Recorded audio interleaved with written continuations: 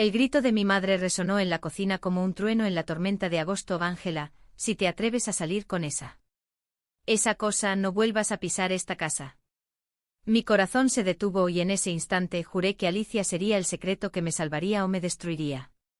Aquella noche en Sevilla, con el aroma a azahar flotando en el aire húmedo, supe que el amor que acababa de nacer en un chat anónimo de adolescentes lésbicas no era un juego infantil, sino una guerra que acababa de declararse. Me llamo Ángela, y todo comenzó cuando tenía 16 años, en el calor sofocante de un verano sevillano que parecía interminable. Sevilla, con sus calles empedradas y sus patios llenos de bugambillas, era mi mundo entero, la Giralda vigilando desde lo alto, el Guadalquivir serpenteando como un río de secretos, y yo, una chica flaca con el pelo castaño revuelto y una timidez que me hacía invisible en el instituto. No tenía amigas de verdad, solo compañeros de clase que cuchicheaban sobre chicos y fiestas.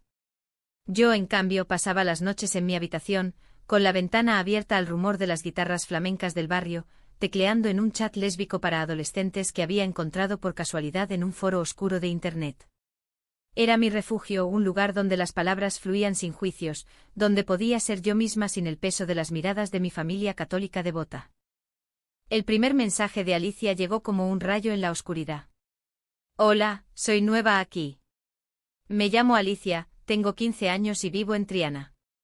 ¿Alguien quiere hablar de lo que se siente cuando miras a una chica en el autobús y el mundo se para? Su nick era Flamenca Libre y algo en esa frase me erizó la piel. Respondí sin pensarlo, yo sí. Soy Ángela, de Macarena. A mí me pasa con la vecina del quinto, la que baila sevillanas en su balcón. Y así empezó. Horas enteras charlando sobre sueños prohibidos, sobre el miedo a las confesiones familiares, sobre cómo el flamenco nos salvaba del aburrimiento de las misas dominicales. Ella era audaz, con un humor ácido que me hacía reír hasta que me dolía la barriga, y yo, más reservada, le contaba mis miedos en susurros digitales.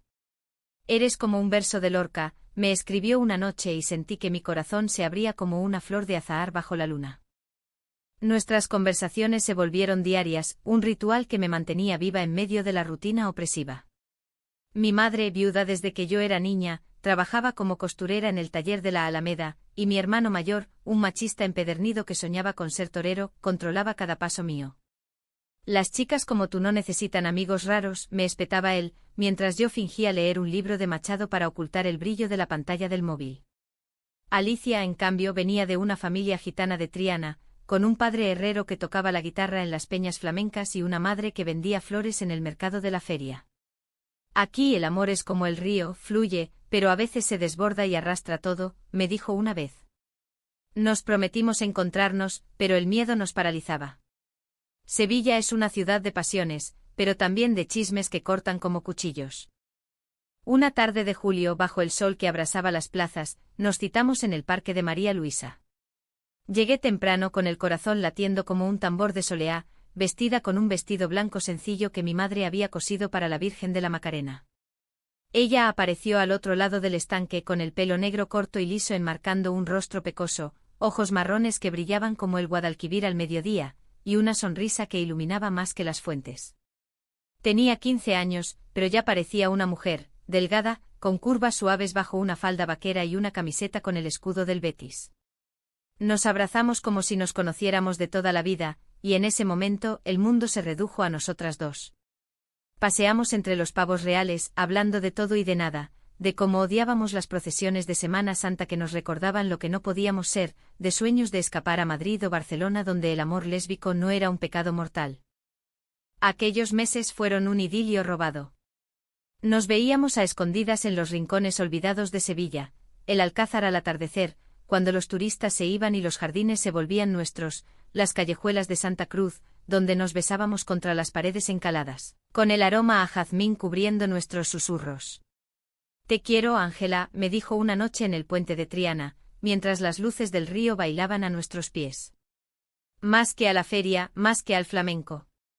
Yo con lágrimas en los ojos, le respondí, eres mi soleá, Alicia. Sin ti soy solo un cantejondo. Pero el paraíso duró poco. Mi hermano descubrió un mensaje en mi teléfono, un te echo de menos inocente y el infierno se desató. Eres una degenerada, gritó mientras mi madre lloraba de rodillas invocando a la Virgen. Me prohibieron salir, me quitaron el móvil y Alicia, al no recibir respuestas, pensó que la había abandonado. Los meses siguientes fueron un tormento. Intenté contactarla desde el cibercafé de la esquina, pero ella había cambiado de nick, de chat, de todo. Sevilla, que antes era un lienzo de pasión, se convirtió en una prisión de miradas acusadoras. Me gradué del instituto en silencio con notas mediocres y un vacío en el pecho que ninguna procesión podía llenar. Alicia desapareció de mi vida como un sueño borracho por el amanecer. Me mudé a Madrid para estudiar periodismo, huyendo del peso de mi familia, pero su sombra me seguía en cada artículo sobre derechos LGTB que escribía para revistas marginales. Años pasaron, 25 para ser exacta. Tenía 31 años cuando regresé a Sevilla por un trabajo freelance en un periódico local, El Eco del Guadalquivir. El destino, ese caprichoso dios sevillano, decidió burlarse de mí. La llamada llegó un martes por la mañana, mientras sorbía un café en la Plaza de España. Ángela Ruiz, ¿verdad? Soy Alicia Vargas, editora de Cultura en el periódico. Necesitamos que entrevistes a una figura local para nuestra serie Voces de Triana. Es urgente. Mi mano tembló al colgar. ¿Alicia? ¿Mi Alicia? El corazón me martilleaba como un taconeo furioso. Acepté, por supuesto, aunque la voz al otro lado sonaba profesional, distante, como si el tiempo hubiera borrado las caricias bajo las estrellas. Quedamos en su oficina, en un edificio antiguo cerca del río con vistas al puente donde nos habíamos prometido eternidad. Al entrar, el mundo se detuvo de nuevo. Allí estaba ella, sentada tras un escritorio cubierto de papeles y fotos de flamenco, 30 años, el pelo negro ahora largo y recogido en una coleta desordenada, ojos marrones con arrugas de risas y tristezas, vestida con una blusa de lino blanco que acentuaba su figura esbelta. Ángela, dijo levantándose con una sonrisa educada que no llegaba a sus ojos. ¿Cuánto tiempo?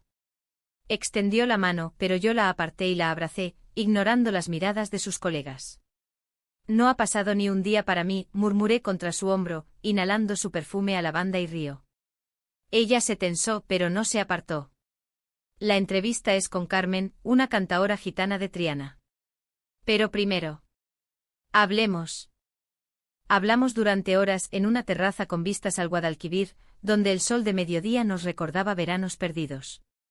Me contó su vida, cómo había sufrido tras mi silencio, creyendo que la había traicionado por presión familiar, cómo se había casado joven con un hombre del barrio para curar su desviación, como decían los mayores, cómo había divorciado y reconstruido su carrera como periodista, especializándose en historias de mujeres marginadas.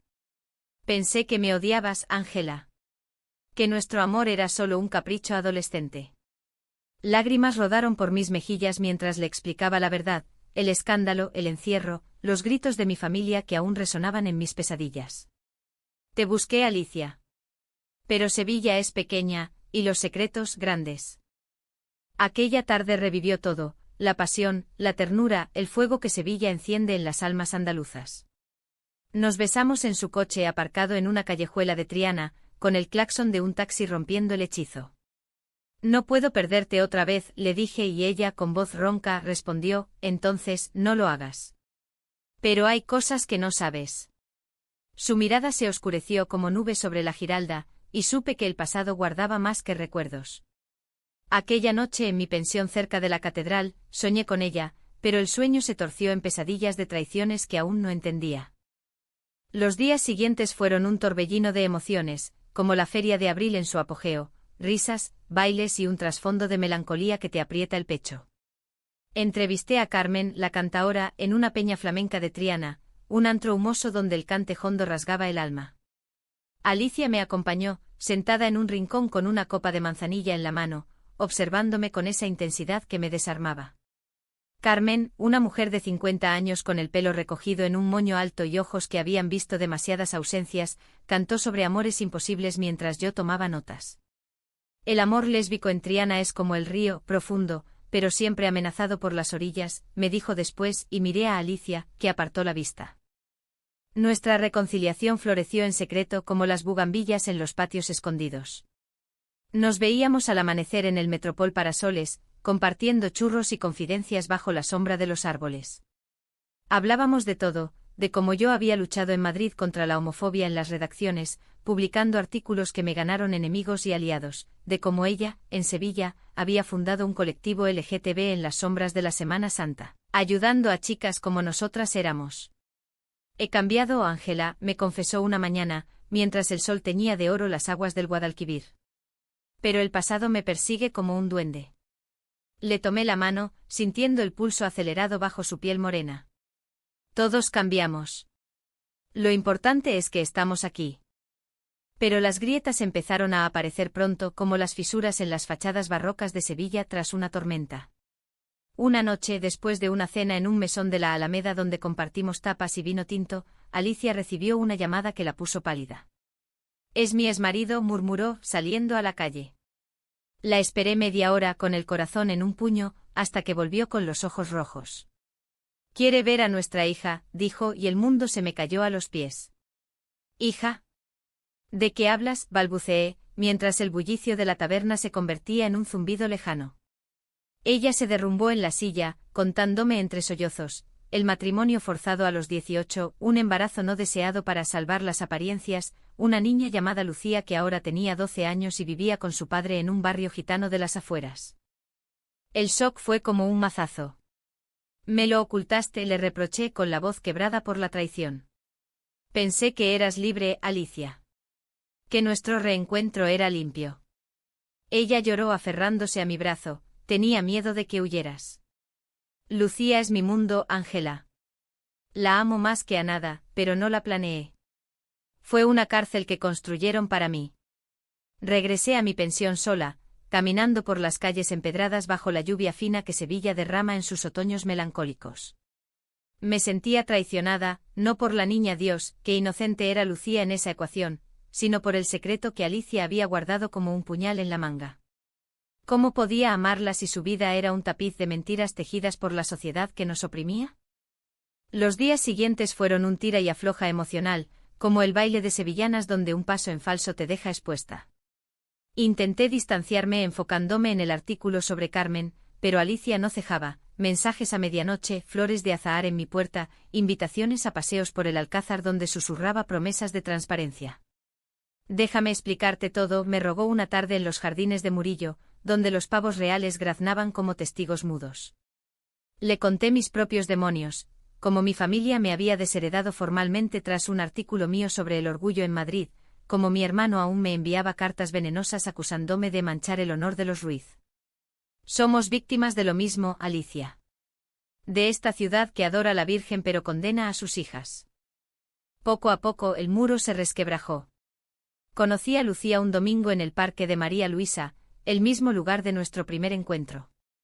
La niña era un torbellino, 12 años, pelo negro como el de su madre, ojos vivaces y una risa que llenaba el aire como el repique de campanas en Corpus Christi. «Mamá dice que eres periodista como ella», me dijo mientras empujaba un columpio. «Cuéntame historias de amores locos». Alicia nos observaba desde un banco con una sonrisa vulnerable que me derritió. En ese momento vi la verdad: su secreto no era egoísmo, sino protección feroz por su hija, un acto de amor maternal en un mundo que castigaba a las madres solteras gitanas. «Perdóname», me susurró después mientras Lucía corría tras una paloma. «No quería herirte». La besé allí mismo bajo los ficus centenarios, sellando una tregua frágil. Pero el destino, caprichoso como un torero en la maestranza, tenía más sorpresas. Una semana después, mientras investigaba para un reportaje paralelo sobre el colectivo LGTB de Alicia, descubrí un email anónimo en la bandeja de un contacto: fotos borrosas de Alicia en brazos de otra mujer, fechadas hacía 2 años, durante un viaje a Granada. El remitente era anónimo, pero el tono era venenoso: «Pregúntale por su amiga de la Alhambra». No es la primera vez que engaña. Mi mundo se tambaleó. Otra traición. Corrí a su oficina, irrumpiendo con las impresiones en la mano. «Explícame esto», grité mientras sus colegas fingían no oír. Alicia palideció, tomando las fotos con manos temblorosas. «Es un malentendido, Ángela. Fue un beso en una noche de copas, nada más. Estaba rota después del divorcio, buscando consuelo. Pero te juro que significó nada». La discusión estalló como una tormenta en el Guadalquivir, acusaciones, lágrimas, reproches que volaban como dardos en una pelea de bar. Me ocultas todo. Soy solo un reemplazo, le espeté sintiendo la rabia hervir en mis venas como el gazpacho en verano. Ella contraatacó, tú desapareciste hace 15 años sin una palabra. ¿Crees que no me dolió? Salí de allí hecha trizas, vagando por las calles de Sevilla hasta el amanecer, donde el albaicín de mis recuerdos, no, espera, la Giralda me parecía una torre de mentiras. Me refugié en la casa de una vieja amiga del colectivo, una lesbiana sevillana de 50 que me sirvió té de hierbas y me escuchó sin juzgar. El amor en Andalucía es como el flamenco, duele pero te hace viva, me dijo. Pasé noches en vela, debatiendo en mi mente perdonar o huir. La psicología de la traición me carcomía, el miedo al abandono, la necesidad de confianza que Sevilla, con su historia de conquistas y pérdidas, nos había negado. Decidí confrontarla de una vez. La cité en el puente de Triana, bajo la luna llena que iluminaba el río como plata fundida. Si me quieres, dime la verdad completa, le exigí con la voz firme pese al temblor en las rodillas. Alicia llegó envuelta en un chal gitano, los ojos hinchados de insomnio. Se sentó en el pretil y entre sollozos confesó, el beso en Granada había sido un error de borrachera, pero había habido más una aventura breve con una activista que la ayudó a salir del armario ante su familia gitana. Me sentía sola, Ángela. Tú eras un fantasma. Pero desde que volviste, eres mi realidad.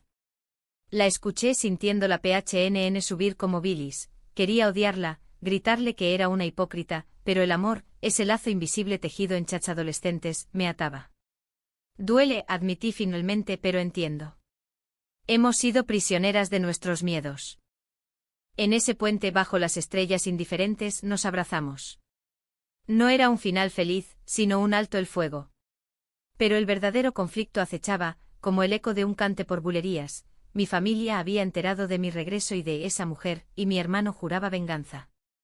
Y Lucía, inocente Lucía, empezaba a preguntar por qué su mamá lloraba tanto. El clímax llegó como una saeta en la madrugada de Semana Santa, inesperado, devoto y devastador. Mi hermano, se toro enfurecido con cuernos de prejuicios, irrumpió en la peña donde Alicia y yo celebrábamos el cumpleaños de Lucía.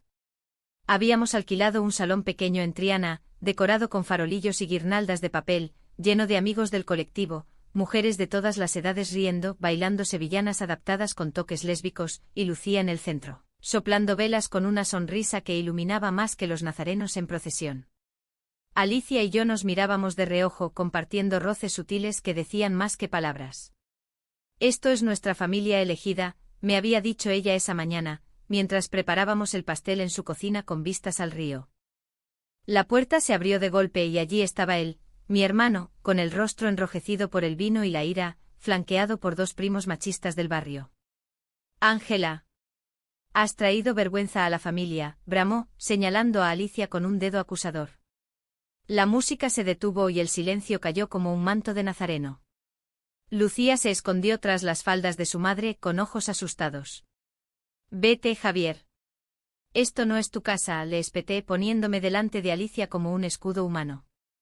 Pero él avanzó, empujándome con fuerza contra una mesa. Copas cayeron, el pastel se estrelló en el suelo, y el caos estalló, gritos, insultos homofóbicos que resonaban como latigazos en una flagelación. Maricona. Gitana pervertida, chillaba, mientras uno de los primos intentaba arrastrar a Lucía, alegando que no crecería con esa basura. Alicia rugió como una leona, interponiéndose, toca a mi hija y te mato. La pelea fue breve pero brutal, puños que volaron, sillas volcadas, y yo en medio, sintiendo la sangre de un corte en la ceja, no mucho, solo un rasguño que ardía como el remordimiento. Las amigas del colectivo intervinieron, formando un muro de cuerpos solidarios, y alguien llamó a la policía. Mi hermano y sus compinches fueron detenidos por allanamiento y agresión, pero el daño estaba hecho. Lucía sollozaba en brazos de Alicia, y yo con el corazón hecho trizas, me arrodillé entre los restos del pastel, recogiendo pedazos simbólicos de nuestra alegría rota. Esa noche en el hospital donde me cosieron la ceja, un sitio anodino en las afueras de Sevilla, con olor a desinfectante y rezos murmurados, Alicia y yo nos enfrentamos a la realidad cruda. Lucía dormía en una camita cercana, sedada por el shock, y nosotras, sentadas en sillas de plástico, nos tomamos de las manos en silencio. Esto es lo que nos espera siempre, dije con voz ronca por las lágrimas contenidas. La familia, la sociedad. Nos odian por amar. Ella negó con la cabeza, pero sus ojos traicionaban el miedo. No, Ángela. Esto es el precio de ser libres. Pero, ¿vale la pena? La pregunta colgaba en el aire como incienso en una capilla, y en ese momento el peso de nuestras decisiones pasadas, los secretos, las mentiras, los abandonos nos aplastó. Los días siguientes fueron un calvario psicológico, como la cuaresma que purga el alma en Sevilla. Mi artículo sobre Carmen salió publicado, pero lo modifiqué en secreto para incluir una denuncia velada a la homofobia familiar, lo que me valió amenazas anónimas y la ira de mi madre, quien me llamó llorando: hija, vuelve a casa. Dios perdona. Colgué sin responder, sintiendo la fractura irreversible. Alicia, por su parte, enfrentó a su exmarido en un juzgado gitano improvisado en el barrio, luchando por la custodia de Lucía ante acusaciones de inmoralidad. No dejaré que te la quiten, le juré acompañándola a las reuniones con abogadas del colectivo. Pero internamente la duda me carcomía: ¿era yo lo suficientemente fuerte para esta batalla? ¿O mi amor por Alicia era solo un eco romántico de la adolescencia, no un ancla para la madurez? El punto de inflexión llegó una semana después, en una noche de lluvia torrencial que convertía las calles de Sevilla en ríos furiosos. Alicia me llamó a las 3 de la mañana: ven al puente. Es urgente. Corrí bajo el aguacero, empapada hasta los huesos, con el corazón latiendo al ritmo de los truenos. Allí estaba ella, sola, con Lucía dormida en un coche aparcado cerca. He tomado una decisión, dijo con voz temblorosa pero resuelta. Me voy a Barcelona con Lucía. Allí hay una comunidad más segura, un trabajo en un periódico progresista. Pero... ¿vienes conmigo? El mundo se detuvo como en nuestro primer beso años atrás. La lluvia nos azotaba, mezclándose con lágrimas que no sabía si eran mías o suyas. Pensé en todo, en el chat que nos unió, en las traiciones que nos separaron, en la niña que ahora era parte de mi corazón, en Sevilla que nos había dado vida y muerte al mismo tiempo. No puedo irme, respondí finalmente con el alma desgarrada. Sevilla es mi raíz, mi lucha. Aquí he de plantar la semilla de cambio por nosotras y por las que vendrán. Sus ojos se nublaron de dolor, y por un instante vi el abismo, la posibilidad de perderla para siempre. Pero entonces Lucía se despertó en el coche frotándose los ojos. Mamá, ¿por qué llora Ángela? Alicia la abrazó y en ese gesto maternal entendí. Ve, le dije besándola con una pasión que sabía a despedida. Pero prométeme que volveremos a encontrarnos. No como fantasmas, sino como supervivientes. Ella asintió sollozando: te amo, Ángela. Siempre lo haré como el Guadalquivir ama a sus orillas. Se fueron al amanecer, dejando atrás un Sevilla lavado por la lluvia, renovado pero herido. Yo me quedé escribiendo furiosamente en mi portátil, canalizando el dolor en artículos que denunciaban la homofobia en las familias andaluzas, en colectivos que crecían como raíces bajo el empedrado. Meses después, supe por un email que Lucía empezaba la escuela en Barcelona, y Alicia publicaba crónicas sobre maternidad queer que me hacían llorar de orgullo.